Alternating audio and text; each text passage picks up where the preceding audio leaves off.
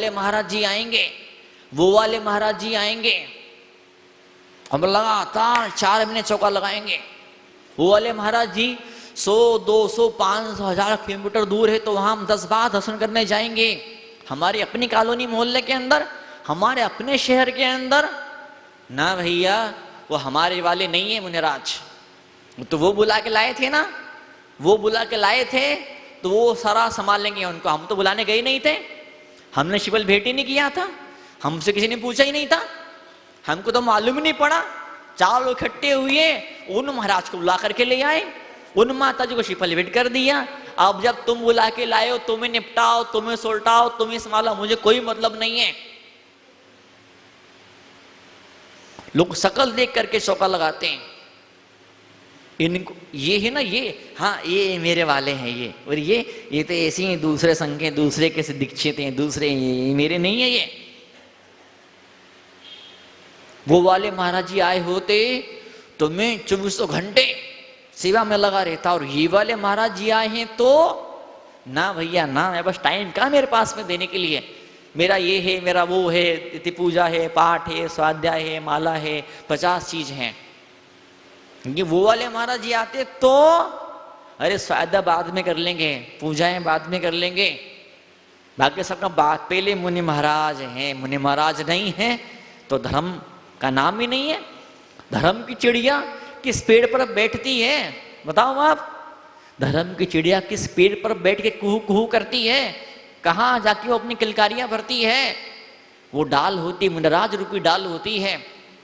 मुनराज रूपी डाल को काट दोगे आप, मुनराज रूपी डाल को आप काट दोगे, हटा दोगे, छांट दोगे तो कैसे काम चलने वाला है बताओ? आपसे कितना तप हो रहा है, आपसे कितना त्याग हो रहा है, आप कितने उतरे अपने भीतर, ये दुनिया जानती है। लेकिन जो अपने भीतर उतर चुके हैं, जो अपने भीतर खो चुके हैं, जो अपने भीतर डूबने की रास्ते में आगे बढ़ रहे हैं, जो मोक्ष मार्ग में हर रोज निरंतर उन्नति करते जा रहे हैं, ऊंचे उठते जा रहे हैं, तो उनके रास्ते को बहारने का काम कितना आपने अपने जीवन के भीतर किया है। आपका अपने बेटे पोते से लगाव होता है तो आप चाहते हैं तो जीवन में कोई झंझट, कोई बाधा नहीं आने चाहिए जीवन के अंदर। उसके जीवन को परिमार्जित करने के लिए, उसके जीवन को सुनहरा बनाने के लिए आप कितने सारे प्रयास कर देते हैं। लेकिन जो मुनिराज तपस्या कर रहे होते, साधना कर रहे होते हैं, उनके जीवन में कहीं कोई समस्या न पैदा हो, उनका धर्म, ध्यान, उनकी साधना बराबर चलती रहे, इसके लिए आपने कितना मन बनाया है, कितनी सोच पैदा करी, अपने क्या पुरुषार्थ आपने दशा में किया है। आप अपने दिल के भीतर झांक करके देखिए। दादाजी से मैंने पूछा, दादाजी प्रवचन में आप नहीं आ पाते हो, क्या बात है? बोले महाराज जी अभिषेक करके घर जाते हैं, फिर नाश्ता करके सो जाते हैं।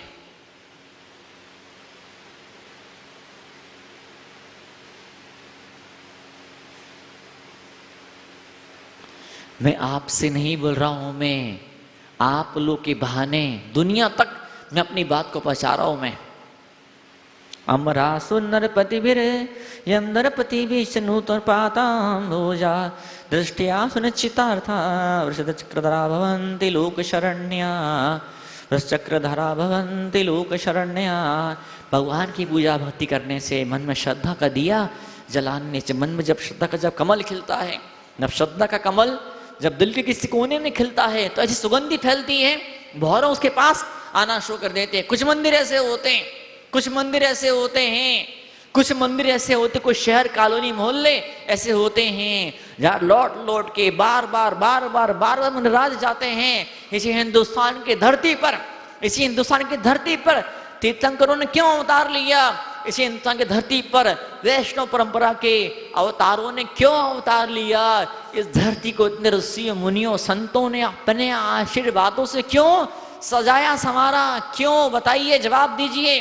क्या तीर्थंकरों का दूसरे देश के लोगों से भेदभाव था क्या? उसे नफरत थी क्या? नहीं, उनसे कोई नफरत नहीं थी, फिर वहां पैदा क्यों नहीं हुए? सारे तीर्थंकर यहीं पर काय को पैदा हुए? ऐसे बड़े बड़े महान आचार्य यहीं पर हिंदुस्तान में क्यों हैं?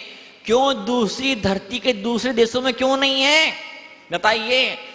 लोग सवाल उठा लेते हैं, लोग ऐसी पत्थर लेके बैठे होते हैं खोपड़ी फोड़ देने के लिए, औरों के विश्वासों को हिला देने के लिए।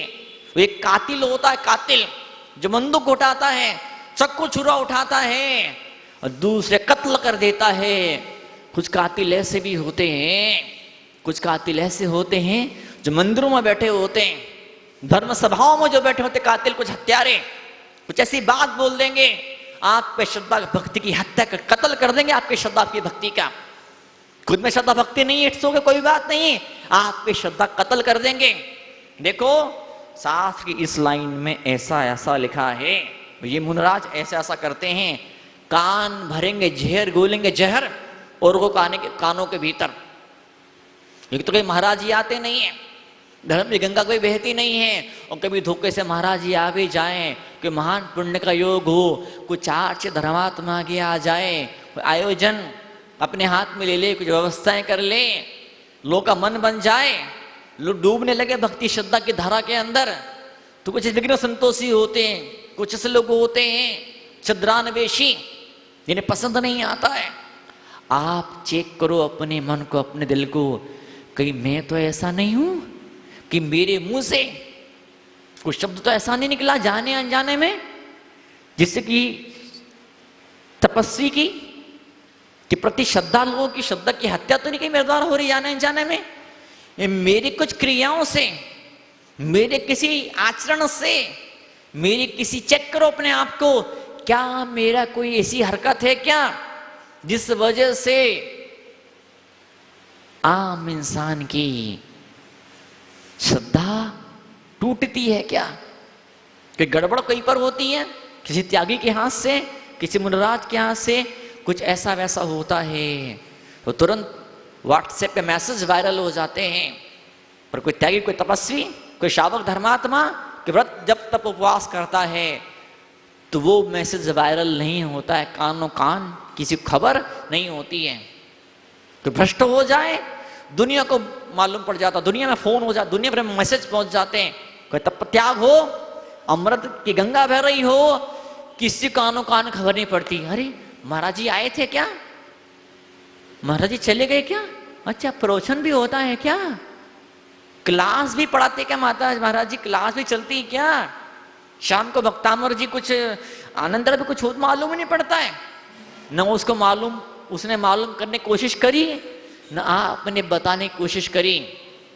अभी गड़बड़ हो जाए कोई सी, बताओ, तो वही व्यक्ति जो कहता मैं तो मंदिर जाता नहीं हूँ, समाज के व्हाट्सएप ग्रुप में मेंबर नहीं हूँ मैं, तो मुझे मालूम नहीं पड़ता समाज में, वही इंसान जो कहता मैं किसी ग्रुप में मेंबर नहीं हूँ मैं, वही व्यक्ति 50-60 लोगों को, 100-200 लोगों को पर्सनली खुद आगे हो के जा के बताएगा, वहां पर ऐसा हुआ, वहां पर वैसा हुआ, उनने ऐसा किया, उनने वैसा किया, और गड़े मुर्दे उखाड़ेगा।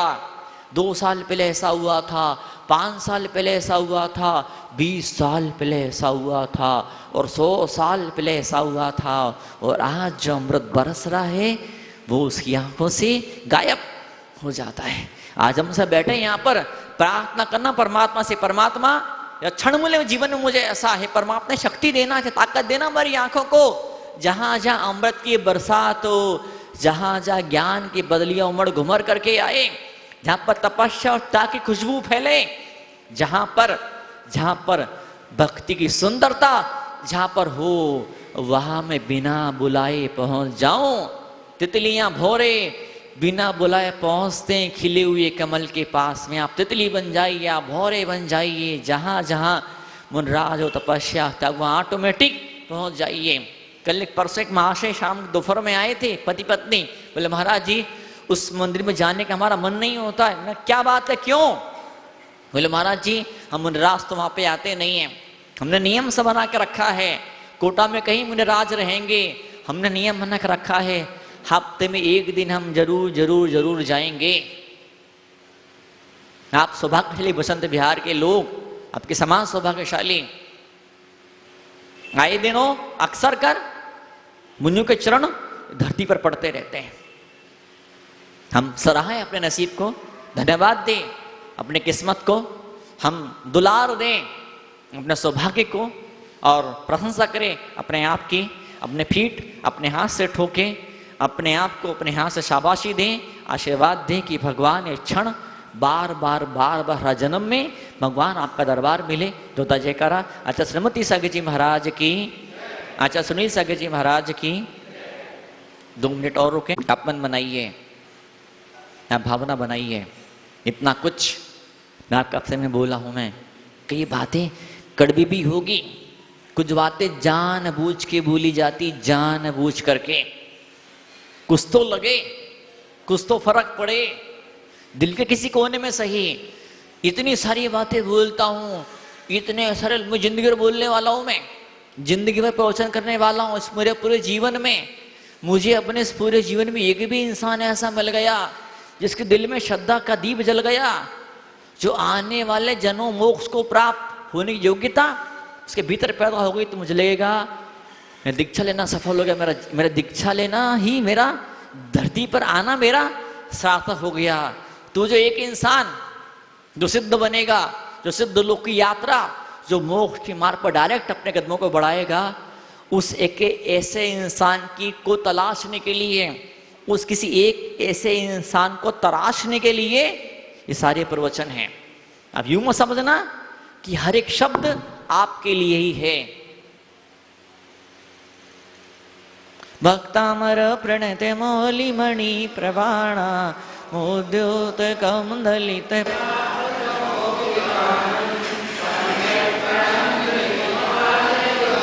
गादा वालंबनम भक्तामर प्रणते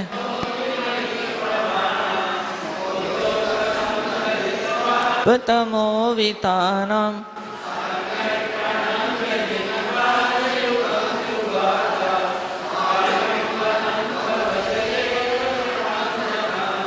भक्तामर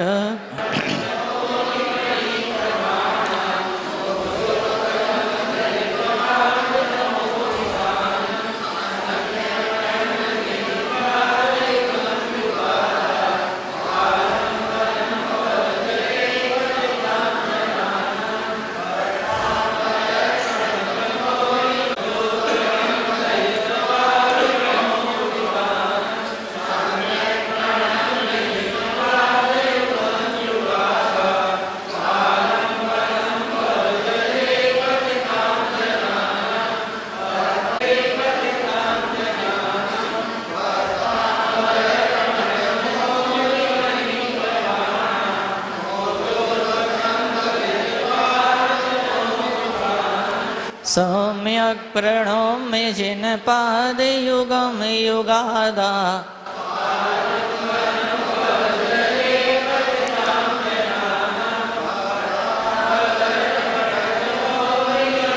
प्रभाणा